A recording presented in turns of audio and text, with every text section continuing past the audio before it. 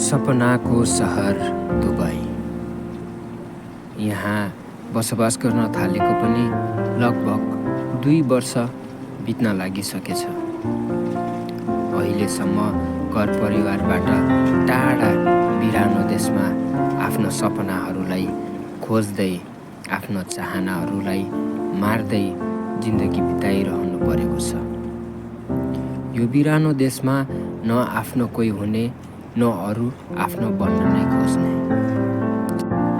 न मानवताप्रति एउटा दया माया नै हुने। यहाँ आफूलाई गाह्रो साह्रो पर्दा हेर्ने कोही पनि नहुने रहेछ। यो बिरानो सहरमा आफ्नो जिन्दगी बनाउन आफै लाग्नुपर्ने रहेछ।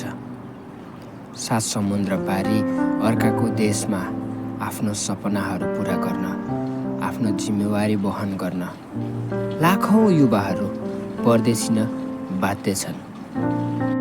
हजारौं सपनाहरू बोकेर परदेशिएका युवाहरू कुन दिनमा अस्ताउने हो त्यसको पनि पत्तो नै छैन। न त देशले नै हेरिदिन्छन्, न त आफ्नाले नै बुझिदिन्छन्। कहानी जस्तो छ त्यस्तै बोक्नुपर्छ।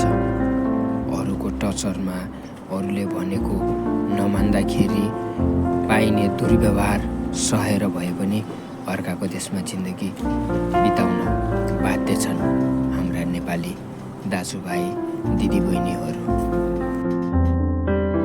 परदेशीहरूलाई जिन्दगीले पनि नमिठो अनि अचम्मको खेल खेल्ने गर्दो रहेछ। घरकालाई के थाहा अर्काको देशमा कति दुःख गर्नुपर्छ, कति पसिना बगाउनुपर्छ भन्ने।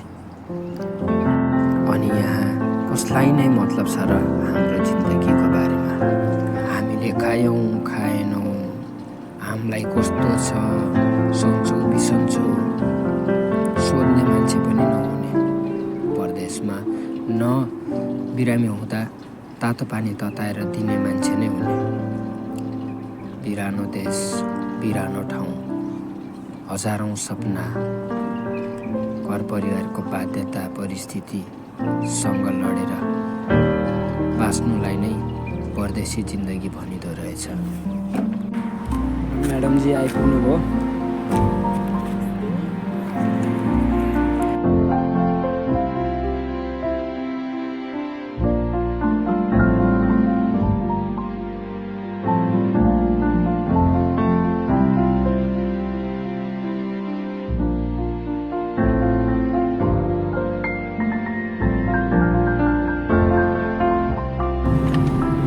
हेलो अनि नमस्कार सबैजनालाई। होप सबैजना सन्चै हुनुहुन्छ। म पनि एकदम सन्चै छु।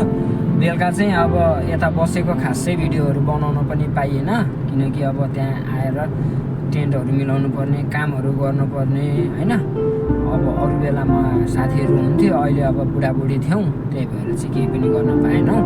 त्यही भएर चाहिँ अहिले एकैचोटि बिहान मैले भिडियो स्टार्ट गरेँ। अनि गाइजहरू, जिन्दगीमा पनि धेरै थोरै रमाइलो भनेको गर्नुपर्छ। अर्काको देशमा बसे पछाडि एउटा टेन्सन त भइ नै हाल्छ, कामको प्रेसर भइहाल्छ। त्यसले गर्दाखेरि पनि विकली चाहिँ हामी समटाइम्स रमाइलो गर्नको लागि बाहिर निस्कन्छौँ। अनि एटलिस्ट माइन्ड फ्रेस हुन्छ, अनि एटलिस्ट आफ्नै लाइफमा अलिकति भए पनि रमाइलो गर्न पाएको छौँ, त्यसमै खुसी लाग्छ। र सबैजनालाई एकदमै धेरै धेरै मिस गरेको छु, मेरो फ्यामिलीहरूलाई है। अनि तपाईँहरूको पनि सदैव राम्रो होस्, भगवान्सँग सधैँ यही प्रार्थना गर्नेछु। अनि अब चाहिँ म ठ्याक्कै बुढीको क्याम्प जान्छु। बुढीको क्याम्पमा गएर 1-2 घन्टा जस्तो बस्छु, खानासाना खान्छु। अनि खानासाना खाएर फेरि म चाहिँ आफ्नो क्याम्प फर्किन्छु। र आजको भिडियोमा त खासै केही बनाउन पनि पाइएन, तपाईँहरूलाई देखाउनु पनि अब के देखाउने नै हो र होइन। अनि जस रमाइलै भयो। हिजो राति हामी त्यस्तै बिहानको 4-4:30 बजीसम्म चाहिँ हामी आगो बालेर रमाइलो गरिरहेको थियौँ। मकैहरू पनि पोल्यौँ, बस्यौँ, खायौँ, हल्का रमाइलो पनि भयो। सो सबैजना एकदमै राम्रोसँग बस्नु होला। सदैव भगवान् हजुरहरूको दाहिने रहन् भन्दै हामी फेरि नेक्स्ट भिडियोमा भेट्नेछौँ है त।